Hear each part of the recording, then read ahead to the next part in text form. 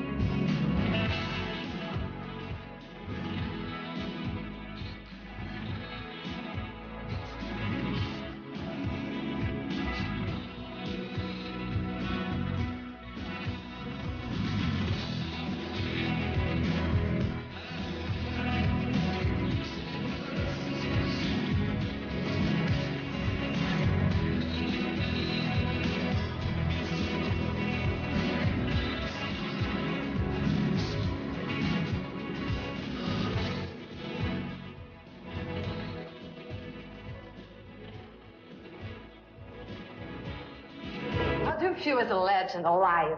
Well, in Brazil, I feel very powerful. And the rest of the world? Well, when the sky is gray, I lose my power. You know, I have to have blue sky, big sun, and big communication with the people. Oh, really? You are not a night hawk? Oh, not at all? No. No. A early bird? Yeah, but you know, it's like you have to have the perfect environment to be really what people expect. It's very difficult because it's very difficult to find it. But I find here in Brazil, it's been very surprising. But what do you think people expect from you? Well, if it's left to the radio and the television, I think they expect, you know, kind of some kind of heavy metal thing. But if you listen to the Led Zeppelin records and to my records, you know that it's much corazón. Corazón? Corazón, yeah, heart, emotion. Right. Yeah, and I think that's what I do. And I think that coming to Brazil has been really, really good for me and for the audience, because when most groups and these concerts are playing very loud and very frantic, I can be really powerful, but then I can take things down into real... But you have an interesting career because you are always renewing yourself. How do you do that? You are so restless. Yeah? That's probably the reason why, yeah. But I do it because from when I first joined Led Zeppelin when I was 19 to now when I'm 45, I want to create music. I want to be responsible for making changes which will affect music everywhere. If everybody makes the same music, life is so dull, and there's too much stereotypical music available. Even grunge rock, it's like people get an idea and everybody hangs on to it like rats on a sinking ship, hanging to the last piece of dry wood. I like to change my music. I'm very inspired by the people that I meet. And what moves you? Well, I'm very passionate in every respect, and I'm very excitable. If I go someplace and it really moves me, then I have to write all night long in my book.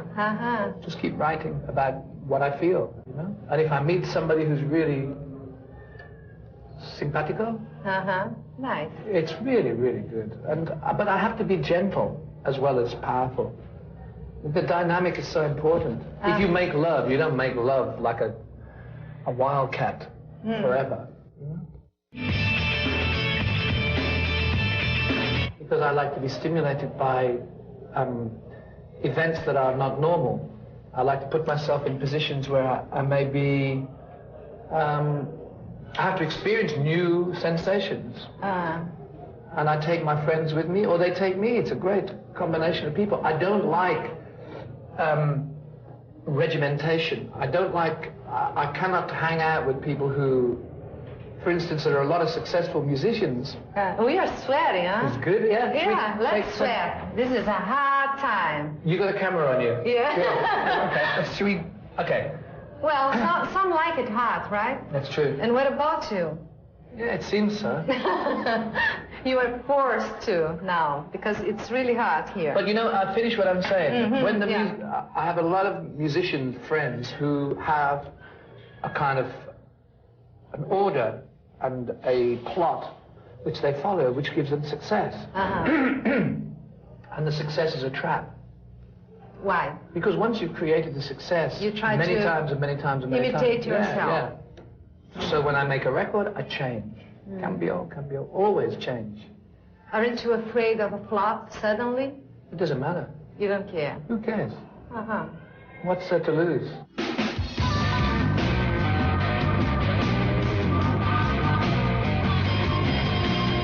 I have a lot of memories from other times. My state of mind has changed a lot from the 70s.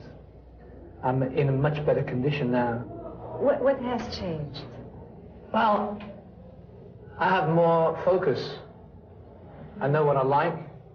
I don't do things I don't want to do. And I take no drugs. I was affected by drugs, and that was the worst thing that ever happened to me. How did you get rid of drugs? I just realized that it was ridiculous and that I was becoming a monster. And that was no good. I don't want to be a monster.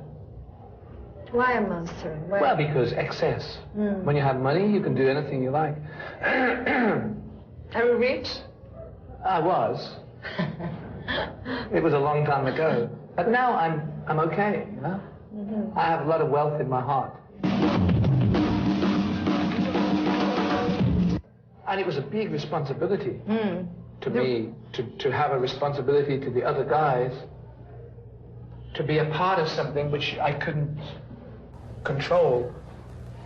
You know, it was a real big thing. And you don't know what that was like. It was really strange. Exciting, stimulating.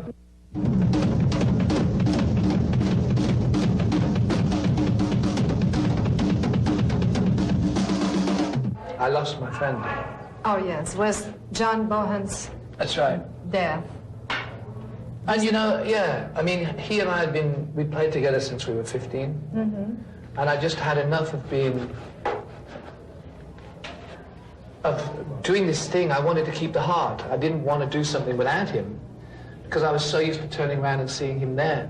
And if you keep the group going just for success, there's no point in that. There's no reason. No, I can ride horses, you know.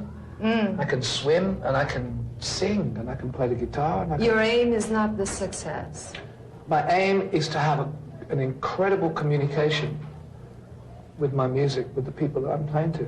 And in Sao Paulo, that was absolutely tremendous. Yeah, Really, I know that. I saw it. Are you there? Yeah. And are the 60s present in your imagination, in your style? Do you think you keep that values? Yeah. Definitely. What from them? The kind of communication between the audience and the musicians, the desire to bring positivity through music rather than just clutter and anxiety. And I want to be able to contribute to people's happiness, not to contribute to the confusion of urban chaos. So my lyrics must be positive, and my attitude must be right, and I must project good, you know? I write often ambiguously, so that it's not... I don't want people to understand everything instantly. So Stairway to Heaven, or Kashmir, or Calling to You, or... so many songs all the way through time. I've tried to make it so that you have to... What's this? What's this? And sometimes I make the voice real quiet on records. So you have to search, get inside. Something to discover. Find the music, yeah. See what this man means. Achilles' Last Stand on Presence is one of the best things I ever wrote. Yeah. And only two people know what it means, me and Paige.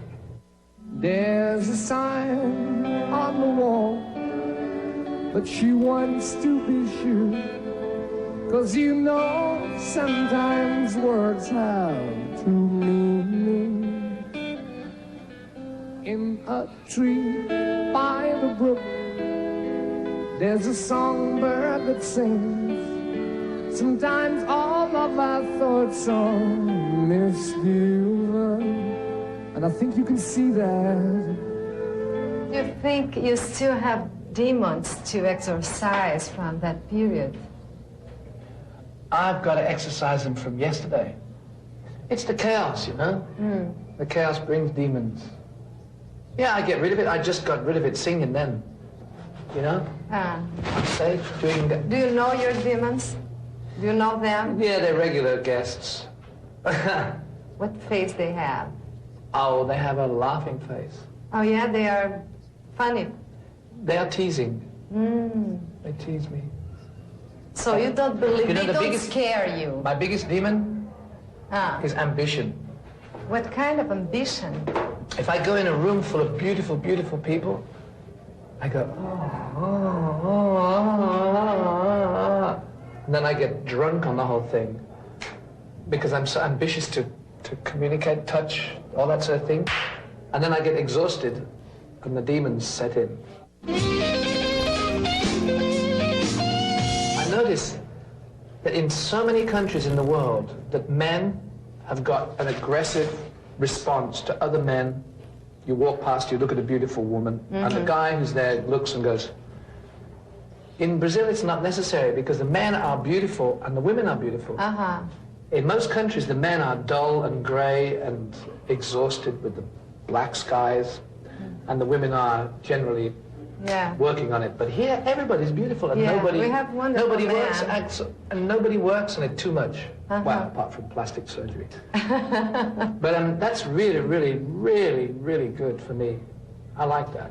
Once you said that love is a powerful thing, especially when it happens every week. Yeah? It happens with you so often? Infatuation is a big bonus for me. I just go, the demons are back. But you know, as an Englishman, you are too... English are more restrained. Yeah, but I'm only born in England. I lived in England until I was 20, and then I just moved and moved and moved. I married a woman from India when I was 19. She's Indian, Portuguese, and English. And she's a good friend still, you know? Are you married now? No. How many times did you get married? One. Just one?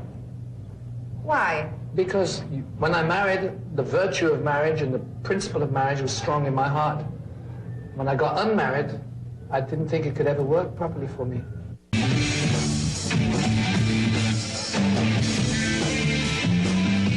Led Zeppelin was young and powerful and virile and strong and focused.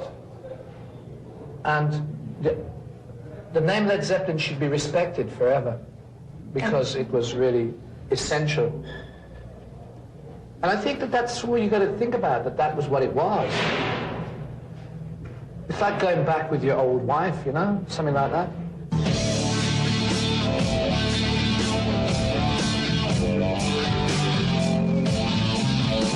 What happened was all the good intentions became processed and became commercialized in music so that the wonder of Jimi Hendrix or Jefferson Airplane or the Doors, if it existed now, they would be being asked the same question about Led Zeppelin being reformed. It's bullshit. Who wants to do that? You know, when you've done something, you've done something. In those days, it was much more, it had more virtue. It was more realistic. The maximum emotion and intention was exorcised, and after that, finished. But now, if the Beatles reform, it's their business. When the Who reformed, my manager there manages the Who. It was okay, it was entertainment, this is what it is, it's like going to see a movie. But it wasn't the Who. It wasn't the wild Who that I saw when I was a kid, you know? It was this big band with backing singers and horns, global TV. Hardest period? Immediately after Led Zeppelin finished. I cut my hair and I became a techno king. and I wanted to be like orchestral maneuvers in the dark. Uh-huh. I had some weird times. That was weird. Yeah. I wanted to reject the 60s and the 70s and go somewhere new, which I did, and it was good. But when I look back now, it was unnecessary, really. I try and control everybody around me. I want to be the king of all the decisions, the king of all the taste. I'm like a taste fascist. This is how it should be. Do this, to pop. It drives people crazy. And I have a problem with vanity.